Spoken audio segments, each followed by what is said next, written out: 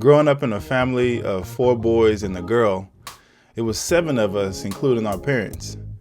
So we were always looking around at each other because there was 5 kids to see who's getting what or who's not getting what. Oh, bless my parents' hearts whenever they came home with something. They better have a multiple of 5 of it because we all wanted a piece of it. We're constantly craning our neck to see who has what so that we won't miss out. Now, having 4 daughters of my own, I understand what that's like because they do the same. So when one gets something, they look to see, what about me? What is going to happen to me? Do I get the same thing? Look, you know where I'm going with this. In John 21, Peter, after speaking with Jesus, after he's saying, do you love me? Do you love me? Feed my sheep, feed my sheep. And then he was told, in your old age, you will be dressed and taken places where you don't want to go. Well, the disciple whom Jesus loved, as the scriptures continue to mention, referring to John, he looked back at him and he asked this question in verse 21. He says, when Peter saw him, he said to Jesus, Lord, what about this man?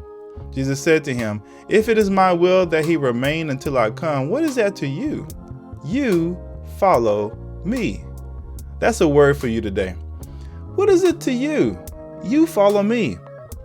Look, we get so distracted, don't we? Especially in our culture today that's full of social media and full of technology and multiple hundreds of ways in which we can connect with each other around the country, the city, the state, and the world. So we're constantly craning our necks to see, what about them? What about them? What are they doing? What are they doing? And trying to judge ourselves and how well we're doing or how poorly we're doing based on what other people are doing. And I bet these are the same words that his spirit is calling out to us today. Mind your business. You follow me. Look, I've given you a call. You do what I say. So many times we want to listen to what everyone else is saying because it's the easiest thing. Like sheep, we flock together and we'll move together at the shepherd's call if we hear something. But unlike sheep, he's calling each of us individually to pursue what he's called us to do. So many times we'll sit in the church and listen for the pastor's call to reach out and do charity work or to do something special in our community. And we'll do whatever the church is doing or whatever the leadership tells us to do. Well, unfortunately, this is not all the time what he's telling you to do. What about them? Look at what they're doing. What are they going to get? Why does this happen to me? Is another question that will come up. Something terrible happened. Why me? Why am I? What about these guys? Why aren't they? He says, mind your business. Mind your business. What does it matter to you? You follow me. I've given you 2 talents. Where are those 2 talents multiplied? I've given you 5 talents. You. And I believe he's looking at us and with his fiery eyes, calling us to an account. You give me what I invested in you and stop hiding among the rest of the sheep and simply doing what everyone else is doing because it's convenient, it's comfortable. It doesn't require you to think and really grapple with what your spirit is saying to you. You just say, this is what everyone else is doing. What about them? I'm just going to do what everyone else has been doing anyway. So today, no longer concern yourselves with how well or poorly your neighbors are doing, how well or poorly your religious counterparts are doing, how well or poorly your parents are doing. Whatever it is, you just worry about you. You follow him.